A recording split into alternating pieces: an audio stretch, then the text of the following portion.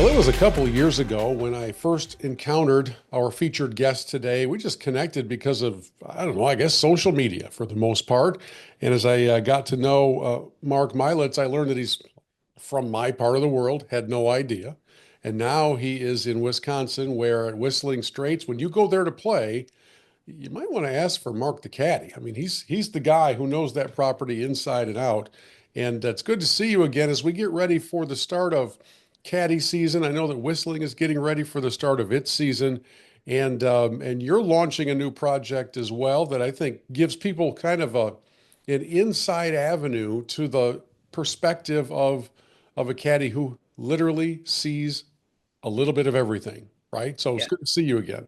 Yeah. Thank you for having me and super excited. We get uh, started here in just a few days and it'll be 6 months of nonstop fun and other interesting experiences. You were telling me off the air that you really need to stay in off-season condition to be ready for the season. It's not unlike a golfer or an athlete who you can't just roll out of bed and expect to be ready to cover all those miles. So, how grueling is it if you're looping maybe a double bag, maybe two loops in a day? Yeah. A place like Whistling Straits, which is sort of like golf's amusement park.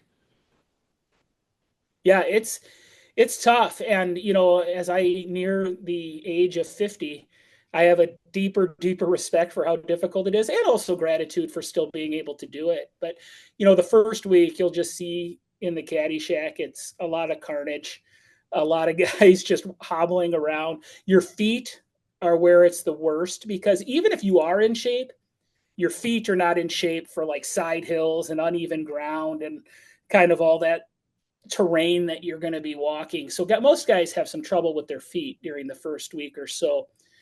The younger guys definitely, do a little better. But the guys that I hang with, the kind of the grizzled vets, the year-round guys, the guys who live here, the guys who are really the the centerpiece of the caddy program. We all commiserate over the first week or two, and we help each other through it. And but it hurts. It definitely hurts. I was talking with a caddy down at Streamsong last off season and asked him what kind of his secrets to the trade were, and he said, "You got to spend the money on the good shoes. You've got to have Absolutely. good walking shoes." So what? All right, let's free plug. What's your brand? When you know you're Yeah. doing 10 miles a day at least, what's the Yeah. brand you're going with, and how do you know you have a good fit? Yeah, right. So I have been using Hoka. I switched to Hoka, which is I would say now become the most popular caddy brand. There's probably Hoka, Brooks, and New Balance are what I see the most of. And I think Hoka just lasts longer. You're spending so much money on shoes that you do want some that last a little longer. And as a bigger guy, uh, one time my foot literally came through another shoe. Hoka, I haven't had that issue. So definitely a big fan of the Hokas. I'm a little sad, and I shared this online recently. My Hokas that I got at the end of last season, which I probably only wore a couple of times, were stolen out of the back of my car. What? So yeah, it was just like I went out to get them, and I'm like, and I mean, I get it, lock your car and all that, but I just never thought about it. And so those are $165 a pair. So I'll be a little more careful moving forward. But Okay, you so got to not only do you have to spend money on good shoes, you've got to have a lot of guys are getting like stuff to avoid chafing. Compression shorts, compression socks. Last year, I was fortunate enough that the Therabody company sent me some of those big recovery boots, and those really help, and a Theragun. And my number one thing, if I ever could get it, one to maybe just save up for it, or two, create a partnership with a company, is I would love to get an ice bath. mm, You know, that I think would be a real game changer for me. Yeah, you can do it in your bathtub, but reality is it's not practical to get ice every day and fill that up and all that stuff. So that's something that I think I'd love to get into. But yeah, you got to take care of your body. yeah, I've never broken into anybody's vehicle to steal anything, but I would like to think that if I decided to enter the life of crime like that, the last thing that I would be taking was these sweaty, smelly, worn out gym shoes. I Yeah. just don't see that Yeah. being all Well, that appealing. we don't need to get into this, but they also took my golf clubs. So, Oh, yeah, so they took a lot of stuff, but one of the things was the shoes. equal So, opportunity offenders. That's the, yeah. So I looked on like the Facebook marketplace to see if any of those things were for sale, but yeah. I didn't find them. Yeah, they're long gone, and I'm guessing the local authorities don't really have the time to. There's nothing that they can Yeah. do or you can do. Yeah, right. Well, Mark, when you and I first connected, it was in conjunction with the release of your book, Caddie Tales, and I know that you've moved a lot of copies of that book. What have you been hearing from people who picked it up and shared in some of your caddy experiences? Yeah, it's actually been just a tremendously gratifying experience. I was really scared when I wrote it because you're putting yourself out there. And it was therapeutic for me to write it, but you're also like, I wasn't in a headspace or a heart space where I wanted to deal with a ton of criticism. And thankfully, that hasn't been the case overwhelmingly. What has happened, and in my former life, you would think this happened a lot, but what's happened is I get tons of messages from guys saying, hey, this really resonated with me, or especially as it relates to things like addiction and recovery and kind of blowing up their life. I've had probably more opportunities to have authentic, real conversations with guys Mm. through this and through caddying than I ever did back in the day when I was working in a church. And that's kind of maybe a sad commentary, but it's just that for some reason it has allowed some people to feel comfortable approaching me and saying, hey, I struggle with this, I've had this, and this has really helped me. Yeah. The other thing that I get is, just some people who've said, yeah, it has helped me be calmer out on the golf course. Maybe it's not as deep for them as some of the other themes of the book, but they're like, yeah, I realized I can't be throwing clubs all the time and enjoying it. Well, and I do want to talk about that aspect of the game and the lessons that we learn from it and some of the things that you're sharing on your new podcast called Caddie Tales. But before we get into that, just for those who didn't hear our first conversation, can you kind of give us a minute and a half flyby of Yeah. the foundation of your story? Because I don't, here we are, we're 7 minutes into our conversation, and I don't want people to think that the most important part of this is caddy related. It's life related, right? That's Right. And you really showed how it. I connected. Yeah. And the first time we talked, you gave me hope that there's people who will show an interest in this in a way that doesn't make me feel uh, embarrassed or judged Yeah. unduly, and that there's hope for using this for good. Yeah. Yeah, I was a pastor, and to be honest, it was a draining exercise for me. I look back on it, and it was a very, very difficult life, one that I wasn't as equipped for as I needed to be, but also one where I isolated rather than asking for help. I needed a life caddy. I needed mentors, and I didn't have them. And as a people pleaser, as somebody who wanted to do well, I made some really bad choices. I isolated. I abused alcohol. I abused church resources in a way to uh, kind of make things look better than they were Mm. and to make myself look better than I was. And it all came crumbling down in a way that was humiliating, hard for my family. And I really thought there was no hope. There was a period of time where I was going through that and then COVID happened. It felt like the world was just really rough, but I had started caddying right before COVID, and slowly but surely, the life put me back together. The lessons learned out on the golf course, the opportunities that I had to work with other people reinstilled in me that, hey, my life doesn't have to be a waste. I don't have to retreat and go hide somewhere. There's still value that can be brought to people. There's still an opportunity to serve in a way that is sincere. And so caddying opened the door to that. And now I'm hoping to use caddying to open some additional doors that, I can share the message to a wider audience through like a podcast, writing more books. And hopefully I'd love to get engaged with speaking to groups. I've done that just a couple of times and let people know really my theme has become that, no matter how bad it is, no matter the bunker, how far out of bounds it seems, on this side of the ground, there's always the next shot, and it's full of hope and opportunity. Love that. And just a kind of a brief little reminder. And I know that many of you who are watching or listening to this conversation just came in for the Caddie stories. We'll get to those, but I just want you all to understand something. And here we are just on the backside of the Easter celebration, where the declaration of hope for all mankind is heard everywhere in the land. And it's real. For people of faith, it's even a deeper meaning because we know that at no point in the history of humanity has a human ever been perfect. And in fact, there are figures, there are characters, there are key people in the Bible who were deeply imperfect. And so we can look through, I mean, for whether it's Moses, whether it's David, whether it's, it does, we can go on through every character, all of them. Peter, Peter had some problems. He had some issues, right? And yet it was upon him that Christ said, I will build my church upon this rock. So without breaking into the sermon part of it, I just want you all to know that the real reason that Mark and I connected in the first place was because of the faith walk that a caddy was having, not because of the caddy walk.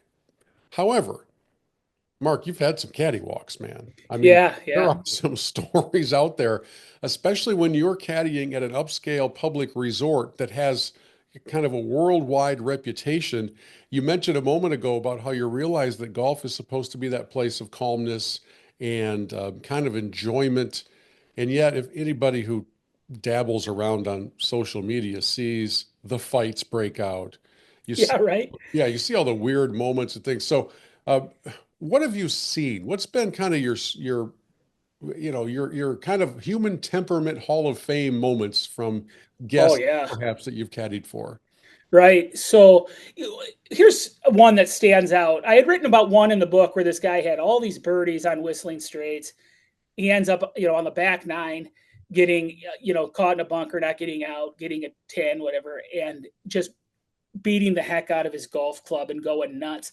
And it ruined the rest of the round. And this guy was on track to have like the best round I had ever caddied for. He was a good golfer, but he was insane after he had a bad hole. And like in a way that wasn't healthy at all. But one person that I remember now that stands out that I use is, very successful guy. Him and his group had flown in on their own chartered plane, had more money than people need. Other things in his life were going very well as you got to know him. It was miserable being out there. So much so they tipped well. Their group tipped well. Most of the guys were cool. And I caddied for them in the morning on a day where I was scheduled to do 2 loops. And they asked me to go and do a second loop. And I found a way to not go Really? and take my chances on a different one where maybe I'd make half the tip or whatever. Because I don't know what this guy shot. Maybe around 80. Okay. 80 on our courses are really good. Yeah. You would have thought his family was being held captive and somebody had drowned his puppy or whatever. After every shot, it was such an intense reaction. And I actually remember one hole where he kind of hit it into the water, whatever, and he just walked off into the marsh somewhere or the fescue, and he just went off and just was screaming the F word one after the other. And I thought, this is so out of touch with what I want life to be anymore. Because my attitude too is if you can come to a place like Whistling Straits, generally speaking, some things are going right for you. Yeah. And so gratitude should be a overarching element of you and your response to life. And there was no gratitude there. It was such an intensity. And see, so I think people think, oh, I'm just intense, I'm competitive. I have come to believe there is this fine line that should be the goal. I don't think it's not always fun to be with a guy who's like, I don't care, and is like, la and whatever. And it's not always fun to be with that guy who's so competitive that he's acting like a monster. But there's this fine line between real competitiveness and being able to say, the score doesn't matter. And if you can find that line, man, golf becomes 100 times more enjoyable for people. I really firmly believe that. Those are the people. You know who has it, that in my experience, believe it or not, is when I've caddied for golf pros. And that's been a surprise to me because I would have thought they would have all been kind of arrogant. Um, no, they have this mix of knowing golf is really hard, and they know their way around. They want to do well. They can do pretty well, but they have this mix of knowing, hey, I don't play enough to be angry after all these shots because I'm running a golf course or giving lessons or whatever. I have found them to have a very even temperament and be fun to be out with. I've long said that golf not only teaches us some things, but it reveals a lot of things. Oh yeah. So it reveals things like integrity, character, and temperament. Um, I don't, I don't quite understand the mindset that would have somebody come and, I don't know, pay what is it, $600 for a round of golf or whatever it happens to be, wherever you are, at Pebble Beach, whether you're at Whistling Straits, wherever, upscale destination golf. And even if you're a bazillionaire, you're still paying a lot of money for that round of golf. I don't know why you would ever allow it to make you miserable. I mean, I guess I could see it if it's a day where it's 43 degrees and raining sideways and you can't get off the course and you're just miserable and you can't believe that you got this weather for this day. And okay, maybe you're not quite as enthusiastic, but at the place, Mark, where you're caddying, it's beautiful. And if you happen to catch one of those days that would be the postcard, the Chamber of Commerce day, I don't know what could possibly spoil that. I mean, Right. yeah, you didn't play well. Who cares? You go in the clubhouse afterwards, you have a sandwich, and you're all good. Man, I think that people who allow themselves to become miserable during the round are probably miserable in all of life for the most. Right. And I think if I could impart something to your listeners about what I believe is the difference between an enjoyable day for people and not, it's really the expectations that they have when they come in. And so there are people who like rightly say, okay, I've not never played this course before. It's one of the hardest courses in America. And the wind is blowing X amount. I'm not going to shoot what I shoot on my home course that's flat in Florida. There's Right. going to be a different kind of day. And so I'm going to let it be about the beauty, the people I'm with. I'm going to hit some good shots. There's probably going to be some ones that I'd rather have back. Those people are great. The people who come and have an arbitrary score in their head, that's usually the same score that they would shoot on a good day at a place they know. Those people tend to be setting themselves up for disappointment. So I think you got to have right-sized expectations. And like I said, there's that line. Don't be like, oh, you don't have to come and be like telling the caddy right off the bat, oh, I'm going to shoot 200 and you're going to be all over. You don't have to be like this self-loathing person, but also don't be so arrogant as to believe that you deserve something that like the best players in the world might not even accomplish on a day. Yeah. So, and some people do. How soon into a round can you tell what you're getting into with the person? You could often tell at the bag drop, but really, I would say where we have a progression is by hole 4 or 5. It's always hole 4 or 5. I would say that's where the player realizes there's got to be a change of attitude or expectation or whatever. They say that's where they say, okay, maybe I underestimated this place, or maybe my game's not on. And so then at hole 6 on our course, we have the beverage cart after, and that's where you'll see some people make a decision. Okay, now I'm just here having fun with my buddies. I'm going to get a cocktail because they concede. Yeah, maybe I'm not going to have my lowest round ever. So usually around hole 4 or 5, things are pretty much set. How does the caddy kind of blow the whistle on some pace of play violation issues? Yeah, Because here you are, you're paying good money. You're probably playing from a set of tees further back than you should. yeah, And your caddy is trying to both win you over and keep you moving. How do you right, walk that fine line like, hey, Thurston Howell the third, we can't have a 7-hour round out here. That ball right, gone. It's in Lake Michigan. right. Yeah, very tough thing. And as you peruse Twitter, you see just what a hot button issue it is. And I've taken to saying it's a human uh, nature issue. This is goes back to the Garden of Eden and all the stuff that flowed out of there. It's a human nature issue because everybody thinks it's the other person's problem, and everybody says they play fast until they're the ones who are out there, and they say they hate slow play until it's the ranger who comes and tells them they need to Right. speed up. Right. And then it's, how dare they do that? I'm paying a lot of money, whatever. So what I have found, there's no great solution. What I have found is generally there's the person in the group one person in the group you have to go to and talk to off on the side and say, hey, we're falling behind. If there's anything we can do. And generally speaking, they will do their best to kind of get things moving. It's almost impossible to have happen if you don't have a group right up on behind you, because they'll say, well, there's nobody behind us. Well, the course still wants you to move at a certain pace. But you're dealing with alphas. You're dealing with people who are used to being in charge, used to setting the rules, used to having their way, used to being able to say to people, like, this is how it's going to be. And golf is the great equalizer. And the golf course is one place where they may not be as in control as they'd like to be. And pace of play becomes a real challenge. So I try to just kind of say to the one player, hey, we need to speed up.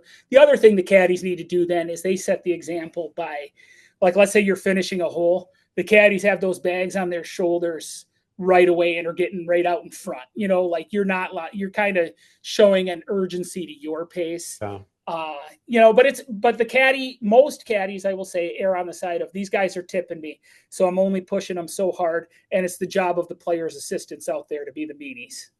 Well, you talk in some you recently published like your top 10 pieces of advice, which I Yeah.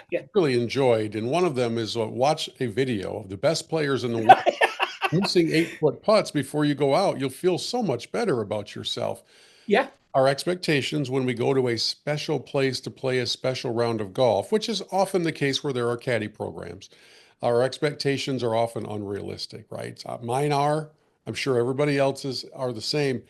I was looking up some statistics not too long ago about wedge play on Yeah. tour and the average proximity to the hole, right? And I always thought, I really did, from 125 yards in, I'm always picturing PGA Tour professionals and LPGA professionals always being within 15 feet for sure.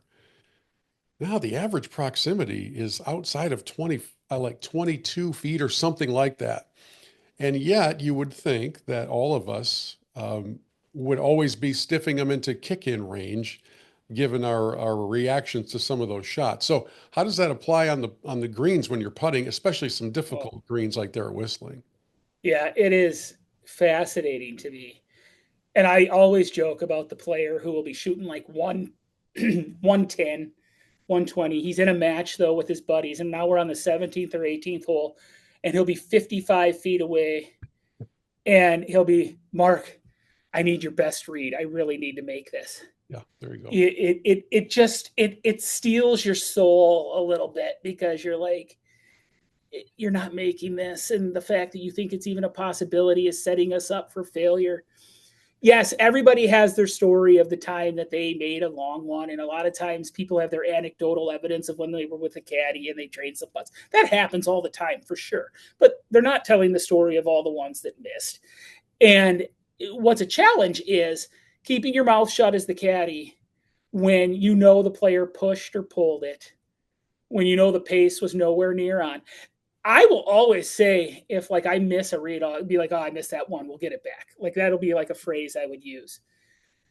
But you have players, and they're usually players who aren't as good, who like will push a putt way out and they'll be like, oh, that didn't break at all. And you had told them it was going to be like a right edge putt or something. And then they're 3 feet out, and you're like, no, it didn't. And yeah, that happens all the time. But guys think they're going to make 25 footers on undulating greens 100% of the time. Yeah, and if they don't, they look at the caddy like, what? Yeah, they'll turn and they'll give you like this passive aggressive look. And so I've learned from some of the best caddies, how to do it. You just kind of like, you don't respond. Yeah. You just walk away. You don't argue. I will notice some of the younger caddies who are better players themselves too, but generally it's the younger caddies will argue with their players. Oh, And yeah, and I like have never thought that was a good idea, uh, even if you're right, because it's just it's what's it going to accomplish. But they'll kind of be like, yeah, you know, they'll right away they'll say, oh, you pushed it. Well, you don't also need to pile on a guy who just missed a putt. So that gets back to the whole idea, though, that caddying is a lot of just how to deal with people more than it is about golf at our level. well, I'm glad you said that because one of the top 10 items that you tweeted out was if we want to help the next generation to excel, Yeah, make caddying mandatory between ages 12 and 15 to provide a solid foundation for the rest of their lives. What do you think a young person would learn if they yeah, spent a summer caddying?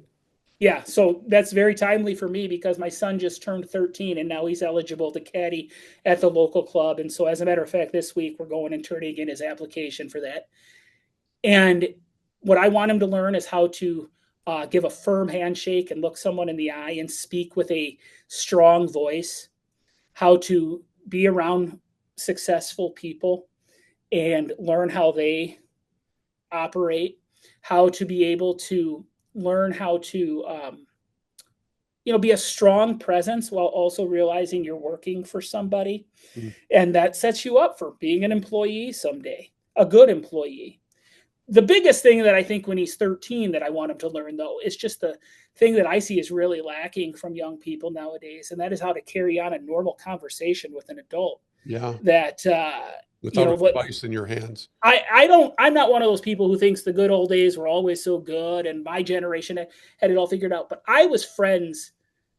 We became close, like with my friends' parents when I was in school back in the day, and you interacted with the. That's almost non-existent now. I'll see kids go into a house where and they'll barely say hello to the adult there. The ones who do come from good families themselves. So I think in caddying, I want my son to be able to walk up, take his hat off, and say, "Hello, Mr. Jones. How are you today?" And I want him to learn how to be quick and attentive to things like cleaning clubs, cleaning balls. At 13, it's unlikely he's going to have the confidence to tell the president of some cheese factory in the area who's a member of the club where how his putts breaking, to win the club championship. That'll come in time. But what he can do is learn how to interact with him in a way that's really positive. So smart. And I love that advice. I have a nephew who is 16, and I would love to see him engage in that because he's got such great potential. And so I love that you included that. Last one we'll touch on. And again, the book is called Caddie Tales. The podcast is called Caddie Tales. And as you can tell, Mark puts a lot of thought into all of this. It's not simply just telling funny stories about crazy people Yeah. that do weird things on the golf course. But the last one I want to touch in probably dips its toe into that category. The cart girl is probably not into you. Tip her well, anyways. We did a podcast investigation a couple of seasons ago, Mark, and it was horror stories from beverage cart operators. And as I was going around and we're doing our TV show and our radio show, I invited and had several beverage cart operators, usually young ladies, accept the invitation to be anonymously interviewed. So it was just audio. There, by the way, there was always somebody else present, so it wasn't just me and some young lady sitting there telling these stories. But I mean, when the first one started with, well, the guys were doing cocaine and they were really upset. I almost fell out of my chair. And then they began to tell the stories. And I'll put the link to that podcast in the notes to this podcast for any of you who missed it. But as they began telling the stories of the harassment, the complete fireable offenses in any of their places of business, they were all probably doing time, but certainly not maintaining employment. I could not believe it. And I always thought, oh, those 30-something-year-old guys. She's like, no, it was people, they were all like this, people your age, 50 and Well, that's what I was gonna say to oh, you. I think you're probably just a little older than me. I don't want to yeah, speak I'm out of I'm turn. 57. So yeah, Yeah, they so were all talking probably about a those guys little my older. age. Yeah, it's the so-called dirty old men. It's the people who ran companies or were bosses before the Yes. Me Too movement. Like the young guys who are in corporate America now, they get this stuff kind of jammed down their throats. Like it's a constant. you're going to get fired or sued or thrown in prison kind of thing. And so I have found they are really sensitive to that kind of stuff. It's the old guy standing there saying stuff that you would like, if you heard him say it to your daughter, you'd punch him. And, I find our cart girls are great. They're very professional. They're Kohler employees. So I think they get, a good training and good support from that company. And so I think they handle it well generally, but they shouldn't have to be in that position. But yes, I have found 9 times out of 10, it's a guy in his 60s or 70s that's kind of talking really crass and dirty. Man, it's just so wild. It just blows my mind that fully mature, otherwise professional males. By the way, I never have heard a story about a female golfer doing this to anybody. I always hear it about No. the buddies' trips. It's the guys who have escaped from the routine of life and they think that they're somehow in some Lord of the Flies retreat where there are Right. just whatever you want to do just goes. And I've never really been able to understand that. But to hear those young ladies describe it, and sometimes through tears, it kind of infuriated me for the most part. So, having Yeah. said all that, I'm glad you included that in your list of things. Guys, just how about this? How about just hear me out here, just a little thought. How about we enter into a 5 hour experience of a round of golf without any thought to romantic success coming out of Right. this? What if Yes. that's not even on the table and we just actually concentrate on the golf and the fun that we're having with our buddies as opposed to trying to treat it like the dating game?